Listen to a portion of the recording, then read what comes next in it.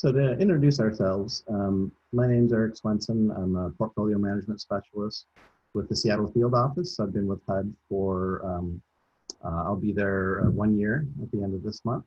And prior to that, I worked at the PHA for 20 years.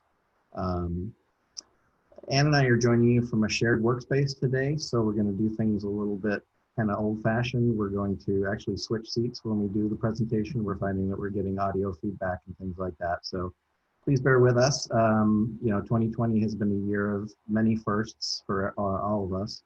And so this is our first time using Zoom and presenting to a group in this manner. So please bear with us, and I'm sure we'll have a few hiccups, but we'll make it through. So thank you so much.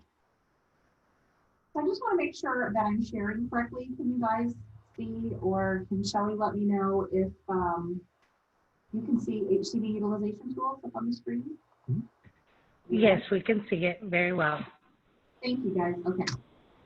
All right. Well, as Eric mentioned, I'm Ann Becker, and I'm a portfolio management specialist in the Seattle Office of Public Housing. And I've been with HUD for this month 11 years, and I've been working on the 2-year tool since its inception. I think it was like back in 2013 or so. So I've got quite a bit of experience with it. Today we're going to be quickly overview what we're going to be talking about, projecting your leasing and spending for the current and subsequent year. We're going to talk about using key variables like success rates and attrition rates. We'll talk about how the tool can help you model next year's funding. We'll discuss some leasing fundamentals, some choices that you as a housing authority have that impact the tool. And then Eric is going to take it over with the payment standard tool portion of our presentation. This is a really very high level, dummy down version here of the modeling of the re-benchmarking process. Each year you're awarded your budget authority, you have your HUD funding. Based on how much funding you receive each year, that's going to, of course, influence how many vouchers you're going to issue, some policy decisions that you make, which then impacts how much you spend in a calendar year. And HUD re-benchmarks based on calendar year. So we look at how much you spend in 1 year, and that's going to impact how much you're funded for the subsequent year. 2-year forecasting, it is the key to stability. One of the main points of this projection of HUD creating a 2-year projection tool was to help PHAs be able to project not only what they're doing in the current year, but also how their decisions in the current year will impact them in year 2. 2-year forecasting tool is also going to show you how much money you're anticipating to get this up to year 2 based on what you're doing in year 1. Gives you the ability to test various issuance scenarios, ideally doing that on a monthly basis, updating it with your most current unit months leased and half spent, and focus on the key variables that really dictate the success of the tool or the accuracy, things like your success rate and your attrition rate. So in order to master the estimating leasing variables, of course you want to look at your historic experience, but also compare that to what you're seeing in a nearer term, so maybe in the last quarter. And there couldn't be a better example than we have with COVID, right? So your historical attrition experience may not be relevant to what you're experiencing now and projected to experience for the rest of this calendar year as far as attrition goes. So make sure that you're taking a look at what has happened in the past to influence the decisions you're going to make about the future, but also taking into consideration what's actually going on in the near term.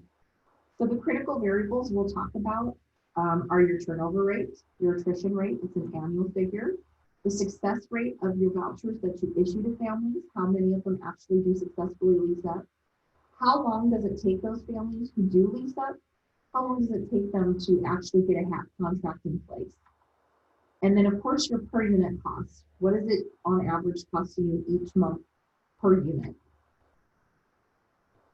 So leasing management, we've talked about, mentioned quite a few times now that looking monthly at how many units you have under lease, so how many vouchers are leased up, your participant turnover, the success rates, the average time to lease up a unit, your per unit cost.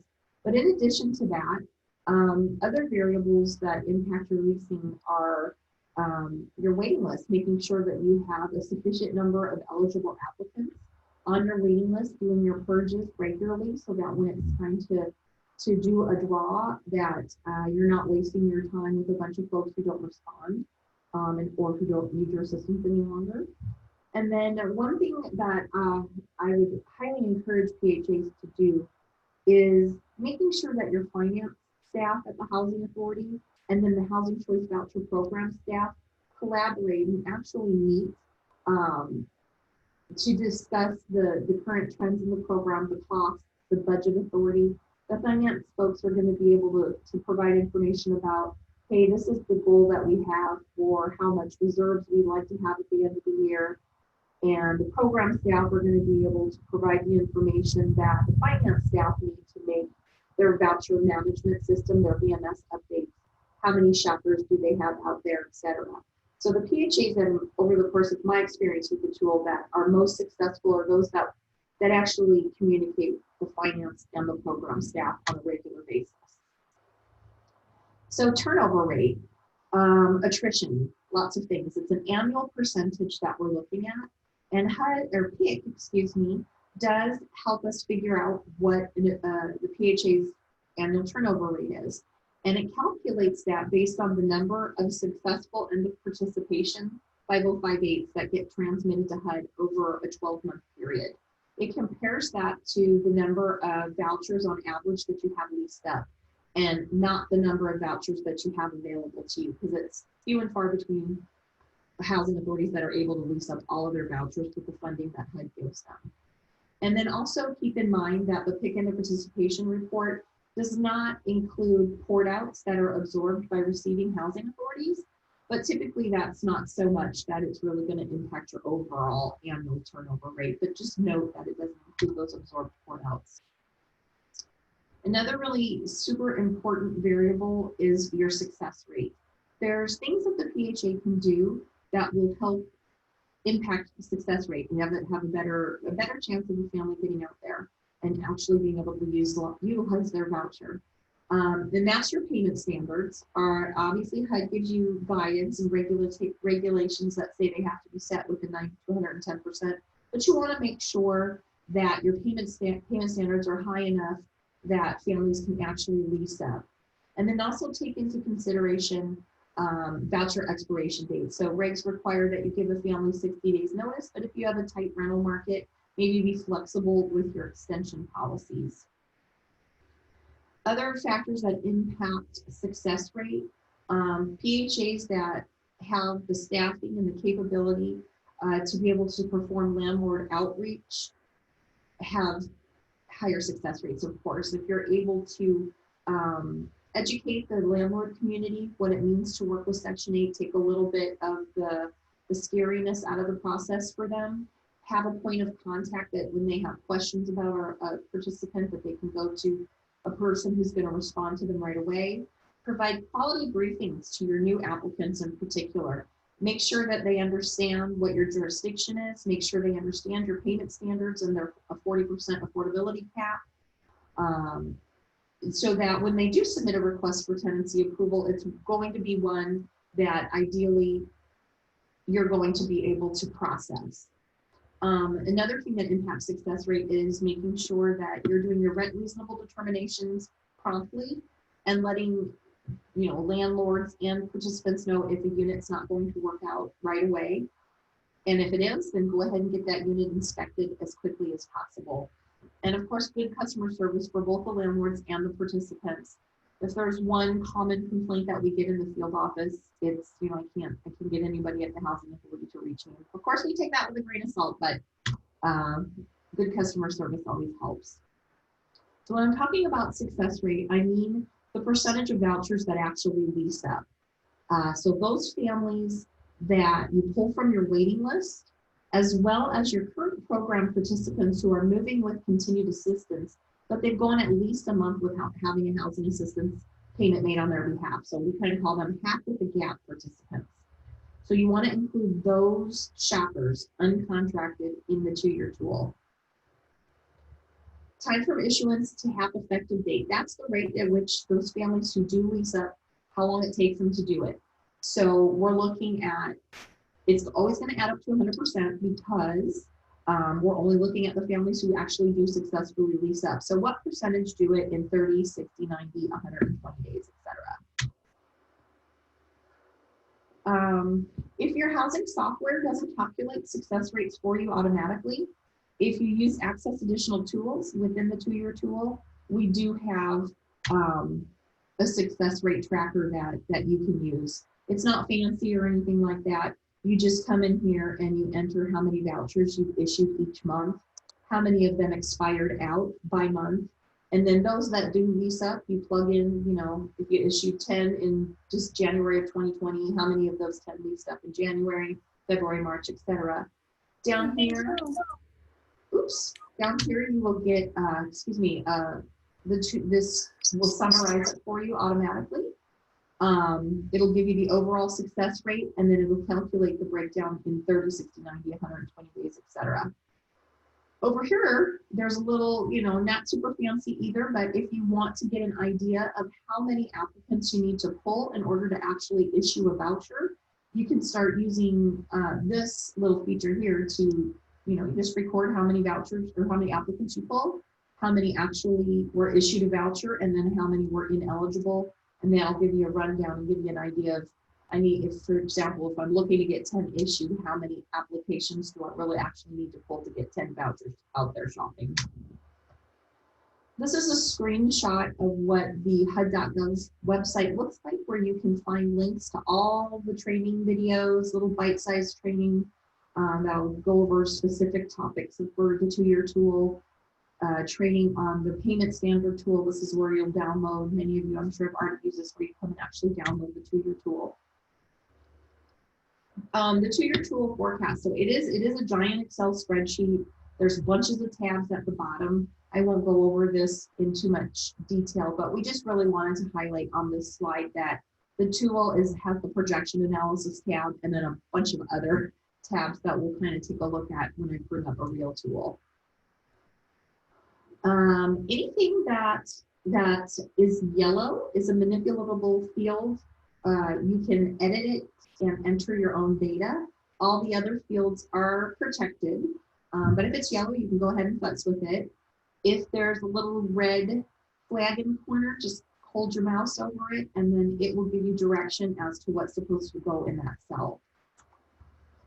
And then this is the point where I'm going to minimize this, and I think I do better when I use a real tool. So I'm going to, hopefully everybody can see the 2-year tool I have up on the screen. Sure. Okay, hold on, I'm not sharing it, so new share. Okay. There we go. Okay, so Boise City Housing Authority has graciously allowed us to use them as our guinea pig.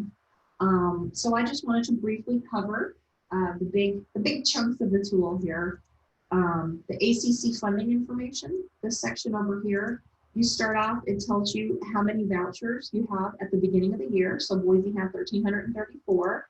Their 2020 budget authority was this $7.6 million. They didn't have any offset for their reserves last year, and they haven't been awarded any set aside funding. But as those awards are announced, those dollar amounts will get added into the 2-year tool in this field right here. If Boise had received a new increment of vouchers, say when VASH vouchers are awarded, or if there's a special purpose voucher like tenant protection vouchers or anything like that, you'll see the amount of funding that is available for the remainder of the current calendar year. And then you'd also see the balance for, if it's swapped over into year 2, you'd see it in this cell. So that gives you the total annual budget authority.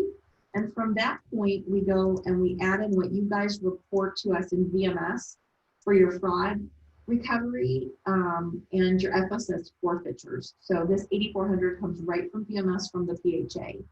And to that, we add your prior year-end reserves that are supported by cash, which gives us our grand total of this $8.2 million for this particular housing authority. So that's the entire bucket of money that they have all of the components of their funding for that particular year. And then you'll notice here in year 2, it gives us an estimate of how much budget authority this housing authority would be awarded based on their projected spending in 2020. It's also incorporating, you'll see here, because the FMRs have come out, or the proposed FMRs have come out, that this housing authority is expected to get a 5.8% inflation factor. So that's already factored in to this 8.2 million that's projected for year 2. And, you know, take year 3 for what it's worth. It does the same thing. And then what further impacts the year 2 budget authority is the proration for the rebenchmarking. So right now we have it defaulting to 100% for year 2 and year 3. When HUD headquarters hears whisperings, you know, that might change from the powers that be for their processing of the budget for next year, they might let us know and auto-populate the tool if it looks like the proration would be closer to, you know, 99 or 98 or something like that. But right now it's populating at 100%, and you can go with that. If through your industry groups you hear something otherwise, it's a yellow field, or you want to be more conservative, you can manipulate that. And I'll just demonstrate what happens. Say if we go to 98%, it was 8,278,000. You can see that changed the projected budget authority if you were prorated based at 98% of what you were entitled to next year. It would decrease it to 8.1 million. So I'm gonna go ahead and put that back at 100. So that's how that works. Same principle here too, as far as the admin fee goes. You can enter the proration for year 2, and they plug that in at 80% for us. And okay, so that's sort of the budget, that's the proration. Here's the success rate. We've already talked about that just quickly. It's how many vouchers actually that are issued, how many of them really do lease up. And this particular example, out of every 100, 73 are going to lease up. And here's the breakdown. 46% of them are going to do it in the first month. 29% are going to do it in 60 days. 13% in 90, and so forth. If I did not have my totals add up to 100, I'm going to get this nice little flag that says this has got to add up to 100, because I'm only asking of those that really leased up, how long did it take them to do it? The attrition rate, if you notice in cell M6, it gives you, it tells you how many end of participations you've successfully transmitted to PIC as of the 12-month period. And in this example, it's through July 31st. So this housing authority sent up 124 EOPs, and based on their average amount of their average program size over the year, that's roughly, you know, 10%. So that again is a yellow field, so we can manipulate that. During COVID, maybe we're not having as much attrition, so we might update that to reflect a lower number. And one way that you can test that, whatever attrition rate, we've got 12.6 in there right now.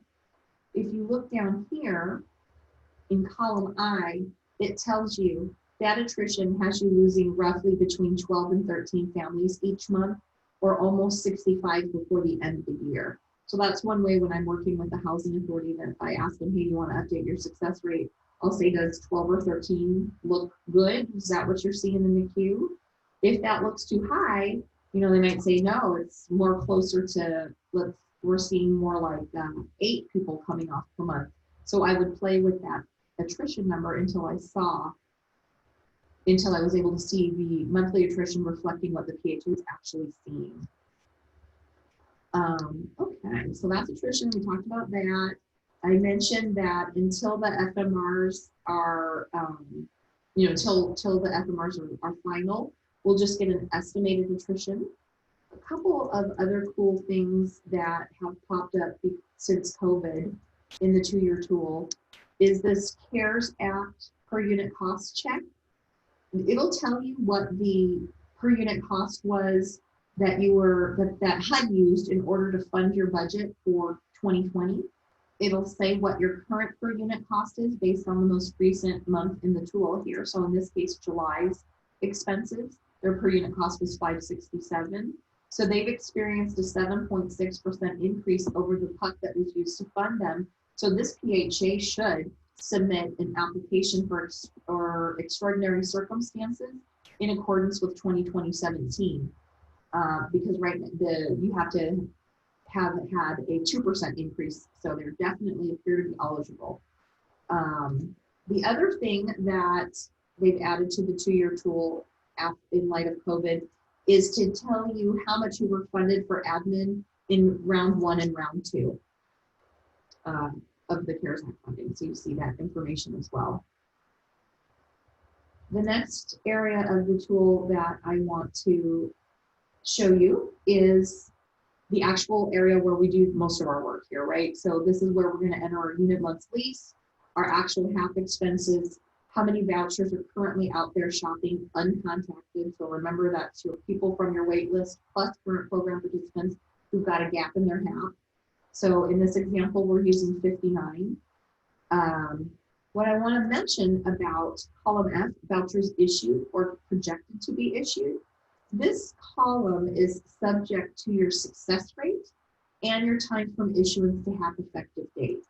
So not all 59 of these vouchers are going to lease up because this PHA has a success rate of 73%. So I can see here that leasing should pan out to roughly 43 are going to lease up of those 59, and the breakdown of when I'm going to start incorporating those lease ups into my half expenses. Now on the reverse of that, column G here is another way that we can adjust what's happening with our leasing, except this column is not subject to the success rate or the time from issuance to half breakdown. I use this column when I have project-based voucher contracts going under lease. So I've got a PBB HAP contract, I've executed it, and it's for 20 units, and I think that I'm going to get 10 of them leased up in September, and the other 10 I'll probably get leased up in October. So I don't want my success rate applied to that because I know that all 20 of those are going to be leased up in these months. And then I start incorporating those costs right away for those particular units. You can also use this column to reflect if you're absorbing any port-ins, or if you have a receiving housing authority telling you, I'm going to absorb some of your port out. Say, for example, you get contacted, effective November 1, I'm going to absorb 5 of your port outs to my housing authority. You would come in here and you'd indicate that as a negative number there. So here, I'm sorry, I'm hoping I'm not making people sick. So that's the current information. And then this is where we're going to test, leasing scenarios. Right now, based on what we've got, this housing authority in this example, pretend example, would be going shortfall if they had 59 vouchers on the street and 20 PBVs leasing up. Let's even just take out those absorbed ports. So they probably should not be doing any more leasing at this moment in time. And that they went shortfall in our example here because we decreased. Remember, we had a 12.5% attrition rate. Oh, that didn't really help us because of the PDVs under lease. Let's get those. So you can see they were projected to not have very much money left over at the end of the year. So this is where you can test out, okay, well, I'm also projected to be a shortfall next year. Maybe I shouldn't do any more leasing. But if my, what do I want to say about this? Anyways, this is where you guys can come in and put future leasing scenarios and test them out to see if they will tip you over into shortfall. Over here is where we look and review our outcomes. So it tells you for 2020, a few different things that PHAs are always interested in. Based on what I'm putting out there on the street, my success rates, all that, I'm projected to end this year leasing up 92% of my vouchers. I am projected to spend 99.8% of all of my HAP funds. So not just my current 2020 budget authority, but all my prior year reserves, all the funds that are available to me. I'm projected to spend 99.8% of that.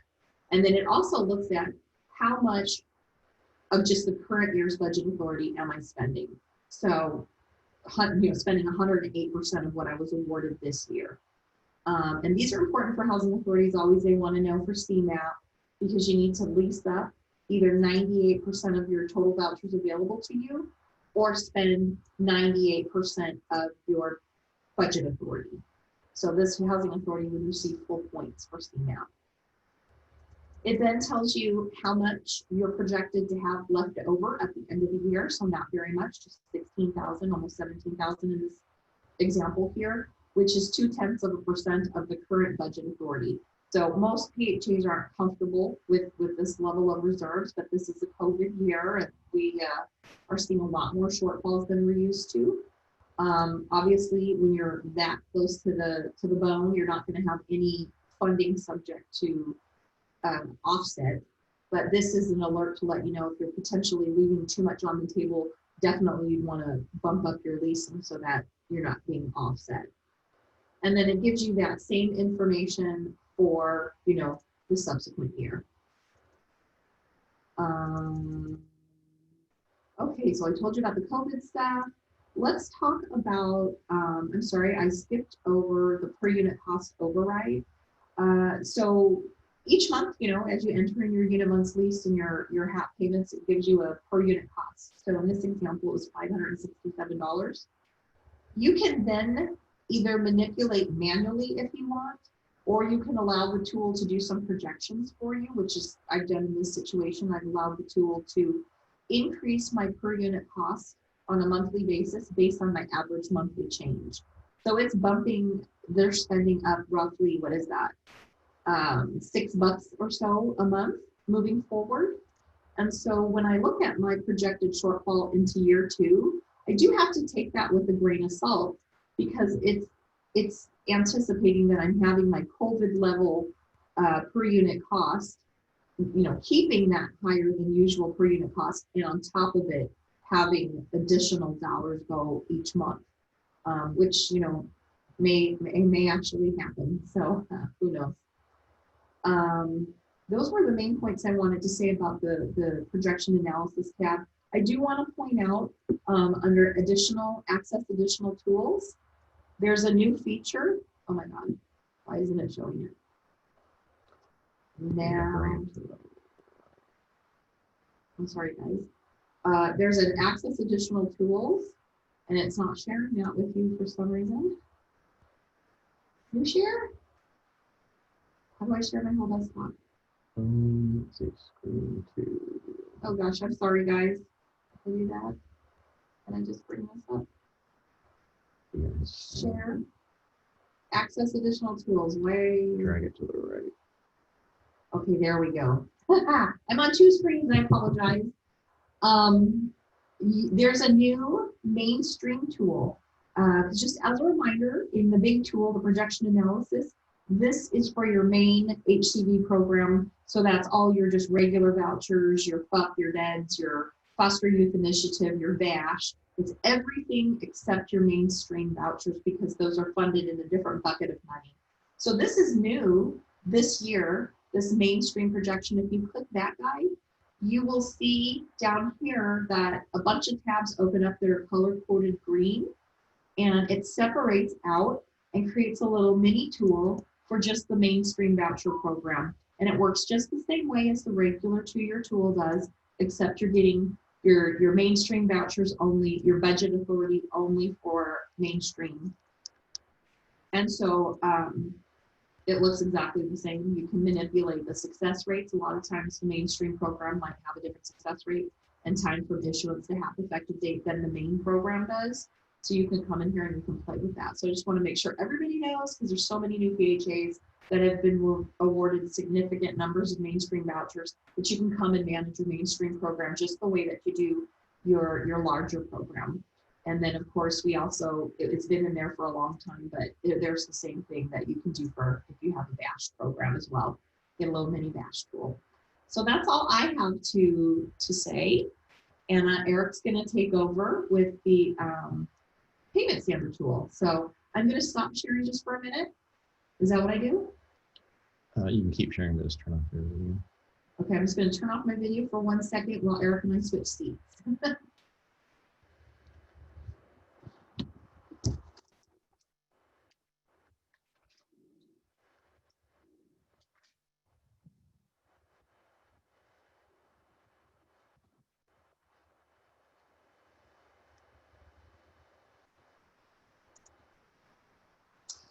Hi, everybody. Well, geez, talk about a hard act to follow.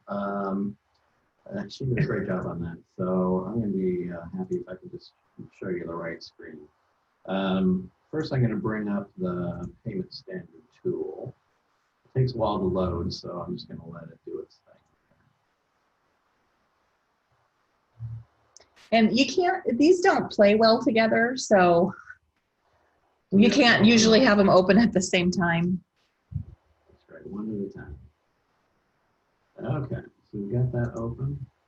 We'll go back to our PowerPoint.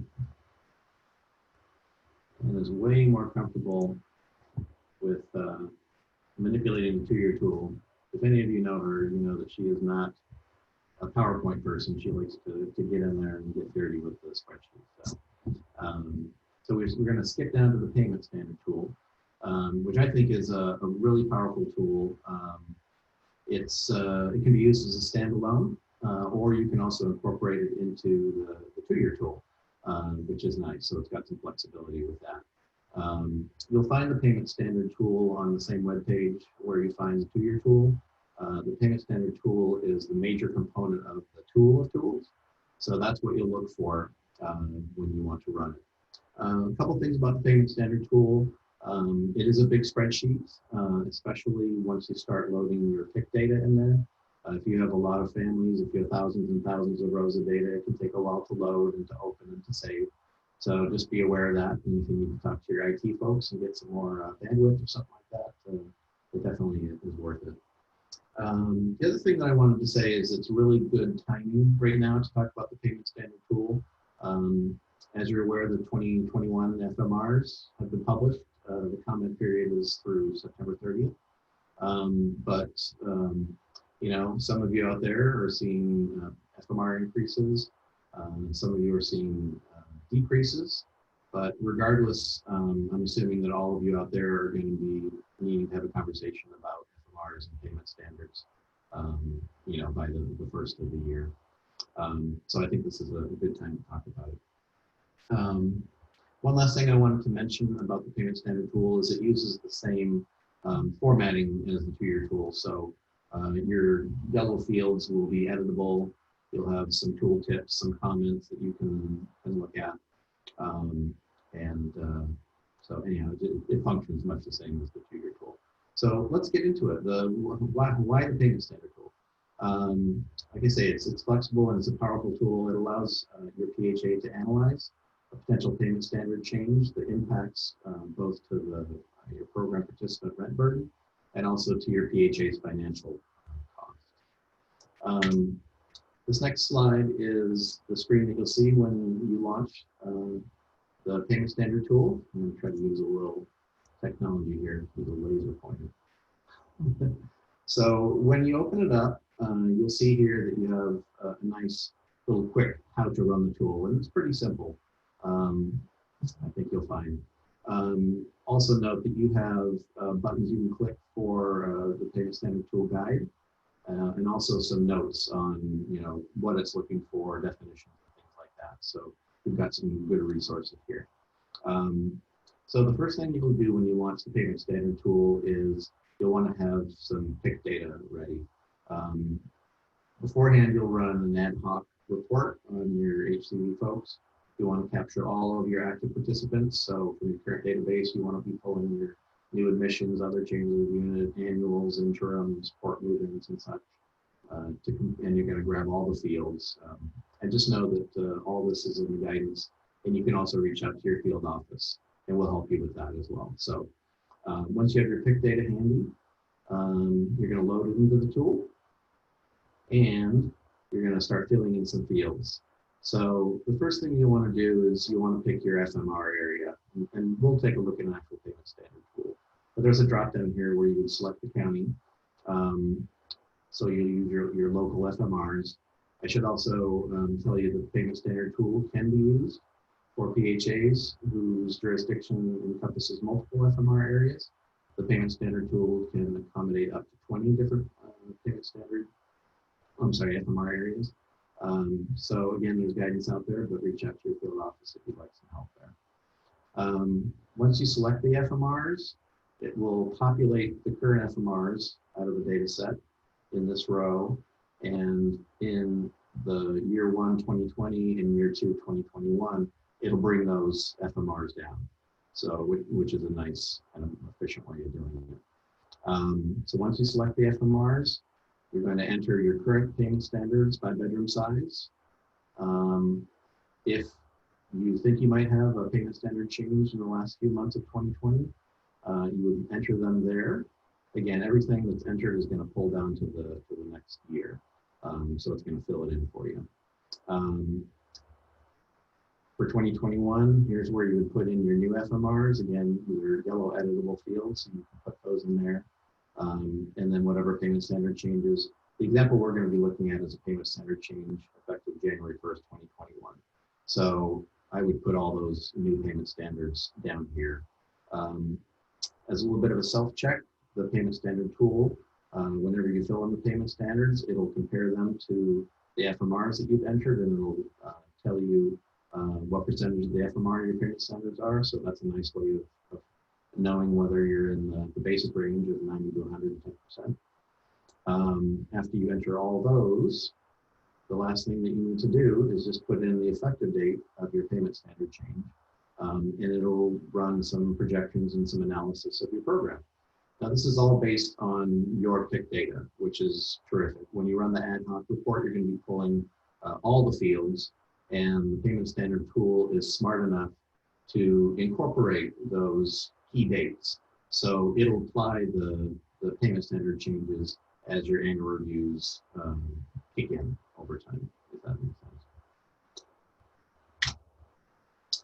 So once you run the payment standard tool, again, select the effective date and put in all your data, you'll get a list of summaries of the different impacts to your program, and it's in 3 sections that we'll cover right now. So the first part you'll see is your rent burden by bedroom size. So HUD has the regulatory authority to require an increase in the payment standard if the number of families, if you have more than 40% of your families who are paying more than 30% of their adjusted monthly income toward their family share. So this is a nice tool to show you where you are, what percentage of families per bedroom size are paying more than 30% of their monthly adjusted income and 40%. So, and it shows it, by your current rent burden and with each projected year.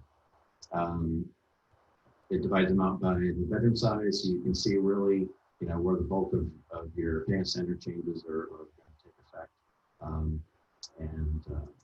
Also, the tool will turn red in areas where your average overall program size, if you ever get to the point where at least 40% of your families are paying more than 30%, it'll turn red. So it'll give you a little heads up there. Section 2 is how your PUC will change over time. So in this example, when we put in some increased payment standards, this PHA likely had a payment standard change at the end of 2019. So it's incorporating some of those changes. And then you can see over 2021, it's going to show you by month how your PUC is going to change, if you implement the proposed payment standards. You also get a nice little overall summary to show that by the end of 2021, how much your PUC will increase and what the percentage of that is. The third area that you'll be able to take a look at is your projected annual HAP costs. Again, it'll show you what your current monthly HAP is at the end of calendar year 1, what it will be and what the change is, both in dollars and percentages. And again, rolling over year 2, what that's going to mean to your program and HAP changes and into year 3 if you project it far enough. And like I said before, you can use the payment standard tool as a standalone, or if you want to incorporate it into your already existing projections in your 2-year tool, you can do that as well. So once you get these results, there's a button on the main page there to move it to the 2-year tool. We won't do that today, but it'll prompt you to browse out and select the 2-year tool where you want to move the data into, and then your 2-year tool will change. The PUC will be adjusted not only based on the projections that you're using for your leasing success and voucher issuance rates, but also it'll incorporate the payment standard tool projections. So before I look at an actual payment standard tool, I just wanted to share with you a couple resources that might be handy. The PAH One-Stop tool, also known as POST, you'll find that at HUD.gov. Under your PIH page, there's a menu item there for the PAH One-Stop tool.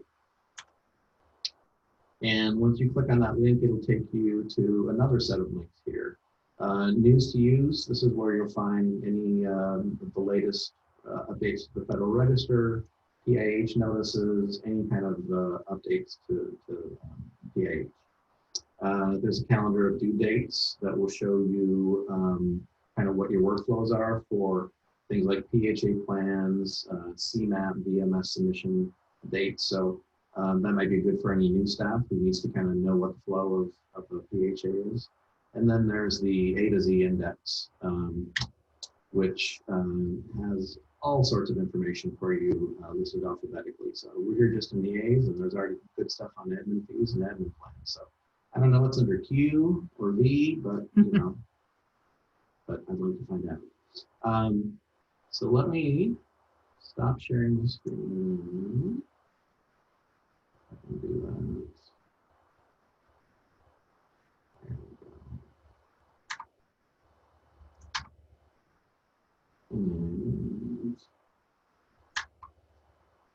And bring up the actual payment standard tool. Thank you guys for your patience. All right. Hopefully everybody is seeing my screen Hit share. now. Oh, okay.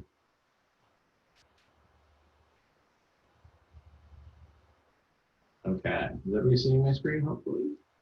Yes. Okay. So, again, this is Boise City.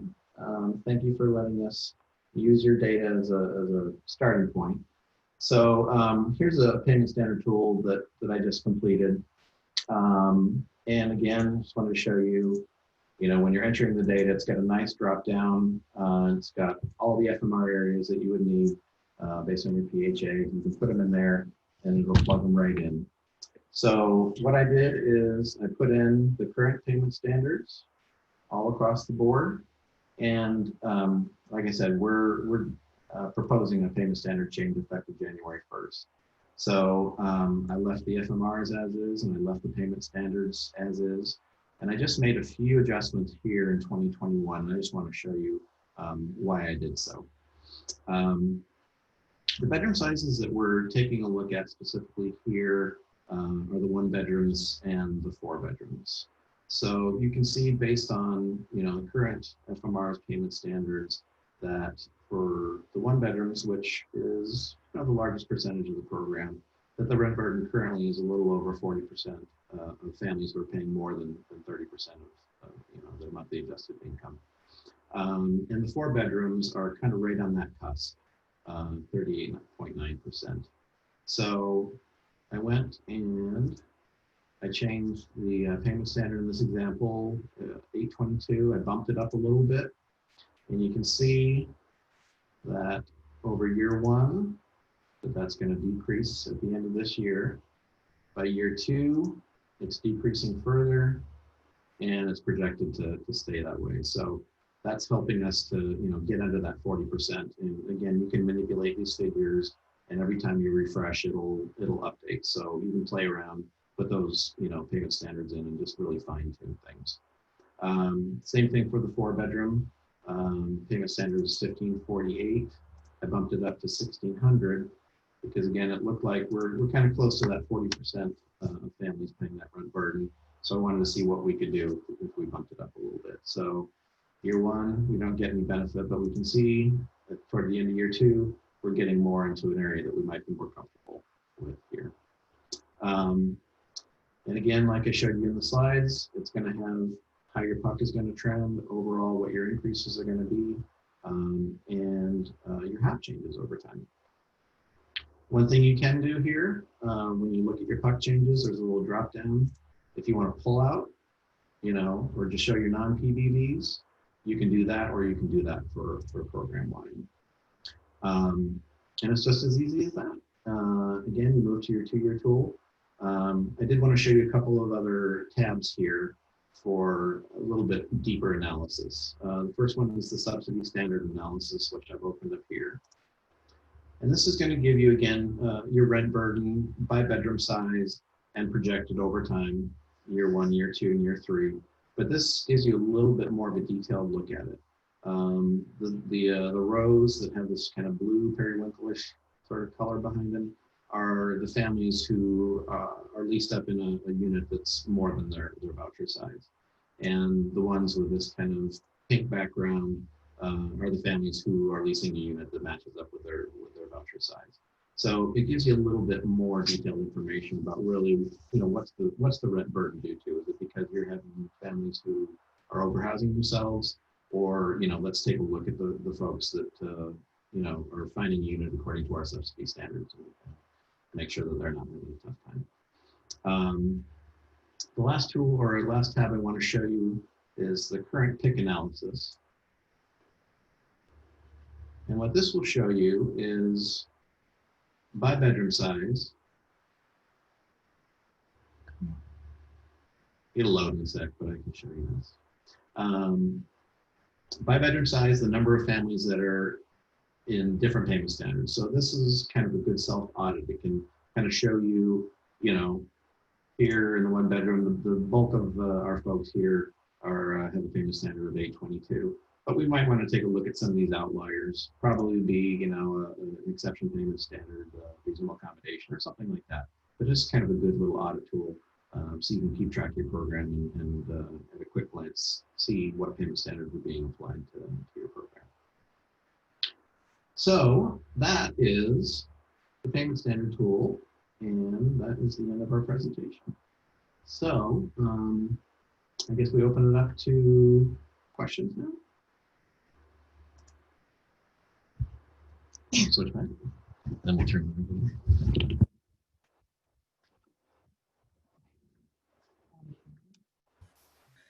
Yeah. If anybody has any questions, they can pop them in the chat. Okay, I'm gonna go see the chat. Where is the chat? I can read them to you. I've got it up here. You got it? I don't think we have any questions. If we don't have any questions, I'll just say that we went through a lot of information today, and just make sure that you're aware you can contact your portfolio management specialist at any time, and we'll be happy to give you a one-on-one training using your PHA data. Oh, I do have a question from Lisa S. Are the training videos pretty comprehensive? Yes, they are. I can't stress, let me pull up an actual 2 years. I'm going to close the payment standard tool, guys. I want to show you something in the 2-year tool. So while she's doing that, I can tell you that part of my training when I came on board with HUD was to look at all the training videos for the 2-year tool and payment standard tool. And just from my take on them, they are extremely comprehensive.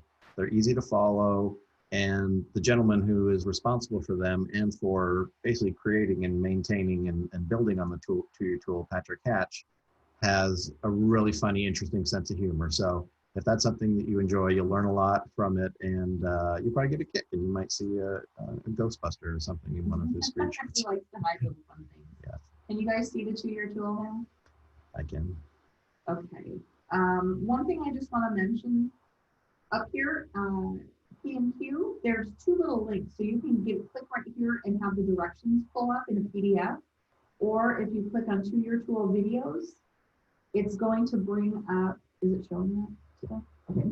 It's going to bring up a list of all of the little bite-sized trainings. It'll tell you how long they are. It gives you the link where it'll open up the video for you on YouTube. And it's broken down here by the section of the tool. So if you want to go learn about uploading your VMS data so you don't have to do things manually by hand, you can go click and watch this video. The mainstream new 2-year tool video released for the new mainstream mini tool right here. So these I can't recommend them enough. Let's see if we have any more questions. Oh, where do you find this? That was, are the videos available to everyone? Yeah. Yes, the videos are available to everyone. They're just right on YouTube and access them right here. I'm trying to see where the chat is, guys. I'm sorry, I'm technologically challenged. I'm monitoring it. I got it open up on here. Okay. So, any other questions? Look like it. Okay, we got some people excited about it. Yeah, we're very happy. Just contact your portfolio management specialist if you don't know who that is. Feel free to reach out to me at am.m.becker@hud.gov, and I'll get you in touch with the right person, or Eric Swenson can get you in touch with the right person if you're not sure who your portfolio management specialist is. You want to show them the webpage for the 2-year tool? So, where's all of my,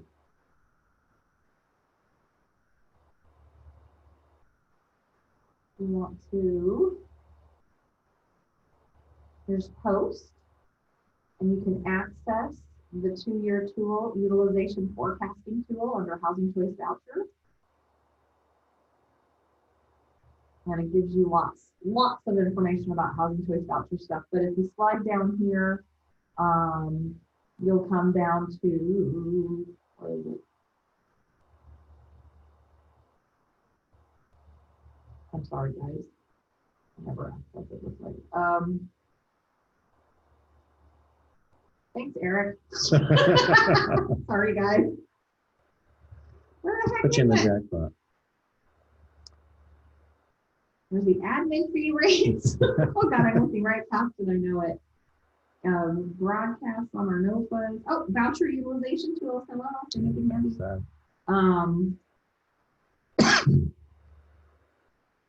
And then another link to the bite-sized training. Here's the directions. Here's the actual 2-year tool.